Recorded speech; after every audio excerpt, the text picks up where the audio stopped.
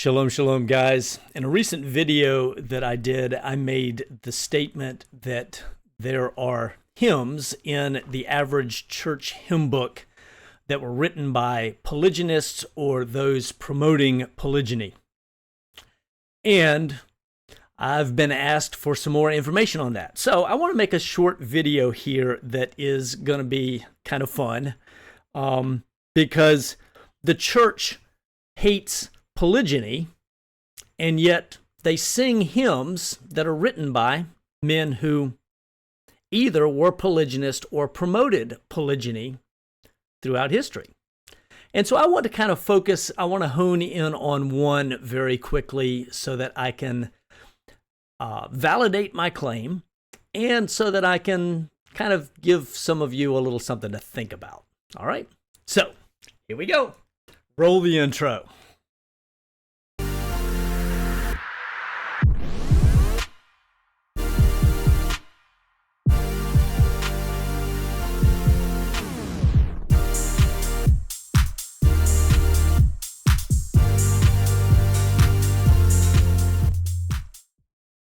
So the church hates polygyny. The church does not like what Scripture actually has to say with regards to marriage, and the fact that nowhere in Scripture ever is a man condemned for having more than one wife. The only thing that we see is a man condemned for or judged by the Most High for taking another man's wife.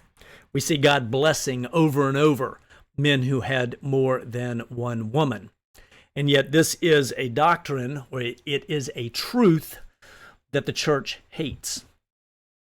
And we could go into some real good detail on that. I strongly recommend a book by Jacob Folk, F-O-U-L-K, titled Exposing the Spirit of Asherah, or Ashtoreth. If you go look on Amazon, it's on there. Fantastic, fantastic read that really points out in spades why the church or what the spirit is behind the church that hates what God has to say about patriarchy and marriage so much.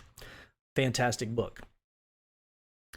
But what I want to do is I want to take a few minutes this morning and share with you at least one of those out there that has written some hymns, and every church has some of these hymns in their hymn book. Every church, and they sing them and they have no idea that they're written by a man who openly and publicly advocated for polygyny. Before we go there right quick, I want to invite you to come join us on Patron.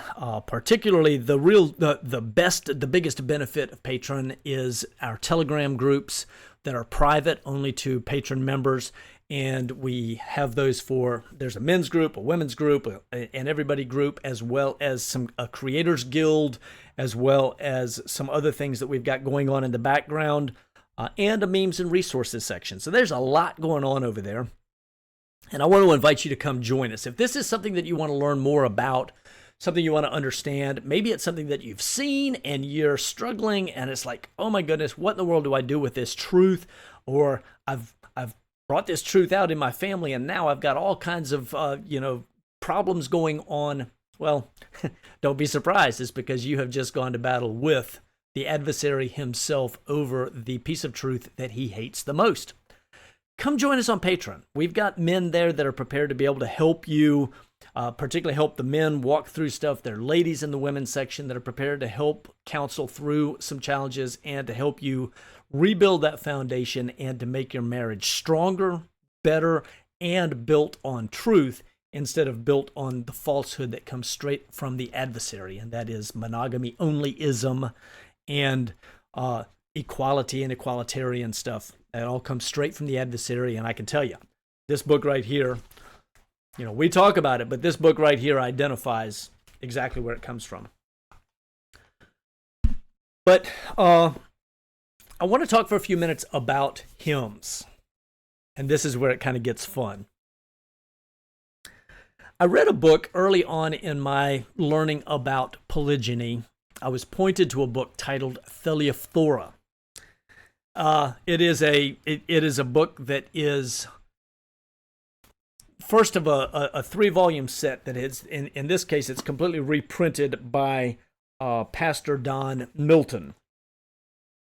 And Reverend Martin Madden lived in, let's see, I've got Wiki up here. Let me flip this around and we'll talk for a second about Reverend Madden, and then I want to take you to some of the hymns that he wrote.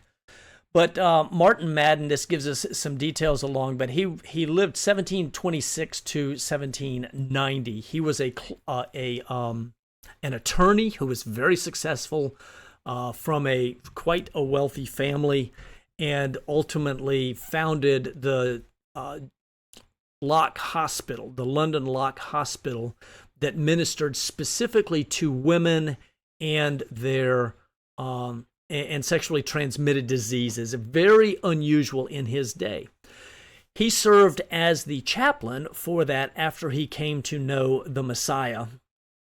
And the chapel for his hospital was one of the largest churches at that time, maybe in the world. It's huge. And he did something highly unusual. He put together a hymnal and started writing hymns and taking a lot of the common bar tunes of his day and reworking them into hymns, and we know them today as hymns. Well, in the process of working with the John Locke Hospital, or founding it and working, he founded it because what he saw was women were in a terrible situation.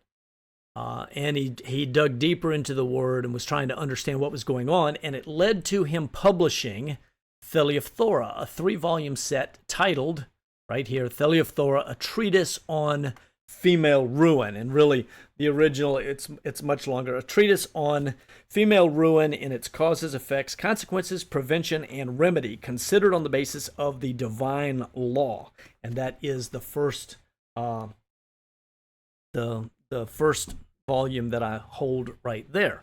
You can get that on Amazon. All 3 volumes are on Amazon. However, I highly recommend at least volume 1, as that makes the case so soundly that you just there's no other way to work with it. The problem is what he discovered as he started understanding all of this is polygyny. And he ultimately was blackballed from the pages of history. He was one of the greatest evangelists, traveled with, let's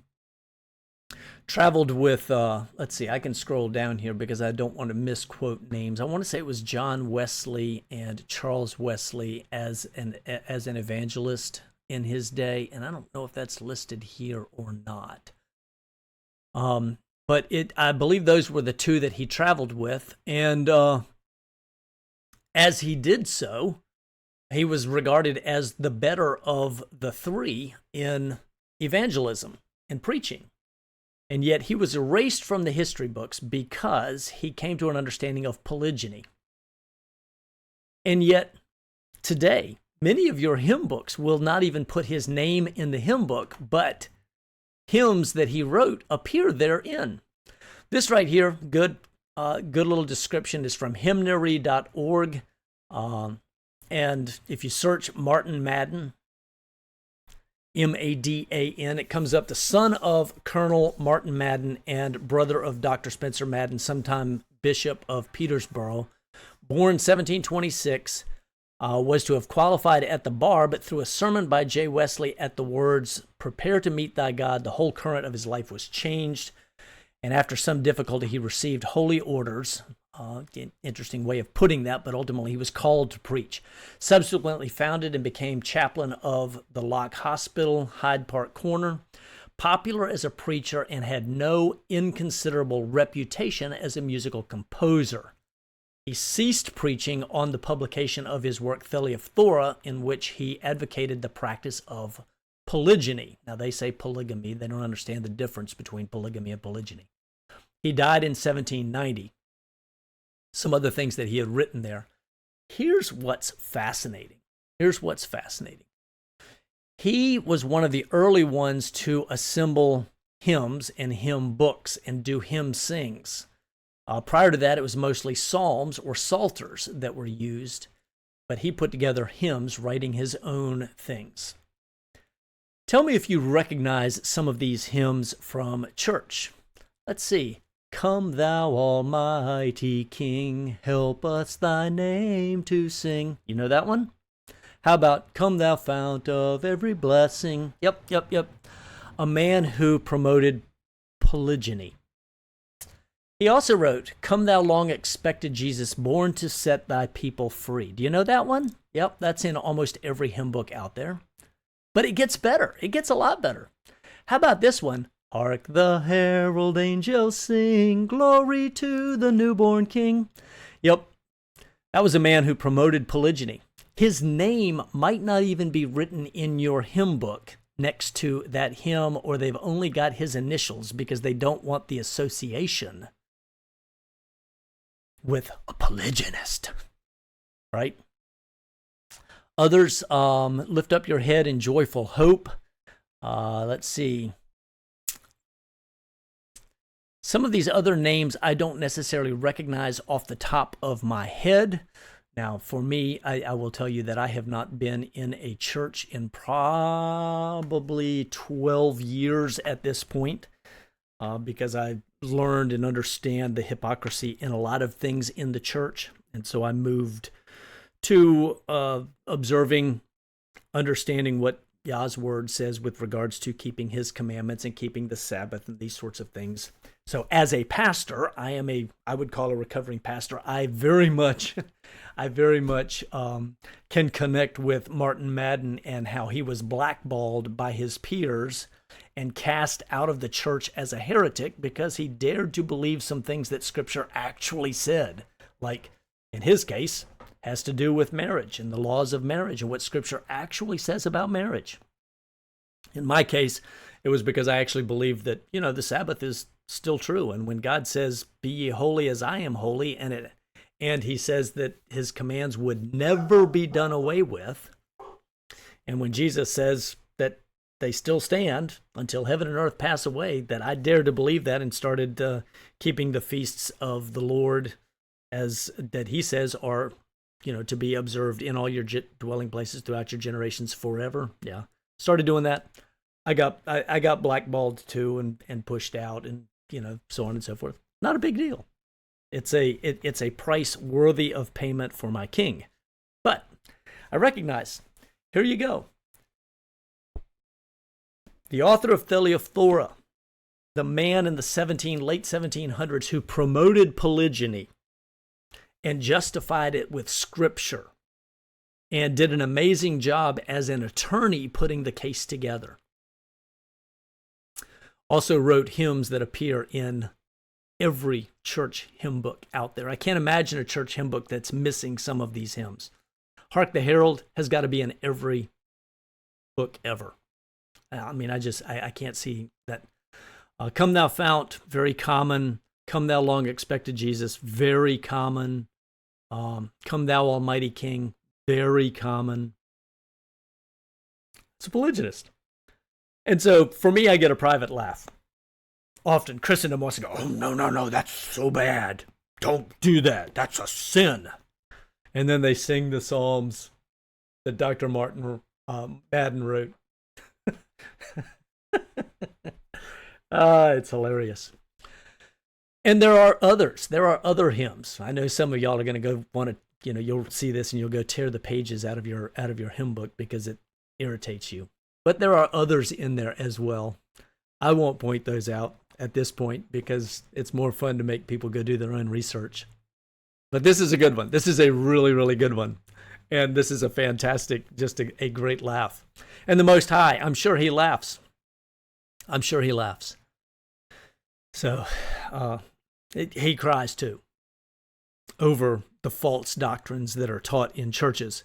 But he laughs when they preach against things like polygyny and then turn around and sing the hymns of, or they read the Psalms of David, or they, extol the greatness of Abraham. He was a friend of God. He's a polygynist.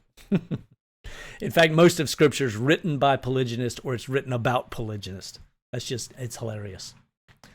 So anyway, I just wanted to share that with you because it's something that is worthy of paying attention to. Your hymn book in your church parts of it were written by people who promoted polygamy or polygyny. For King of the Kingdom, I bid you shalom.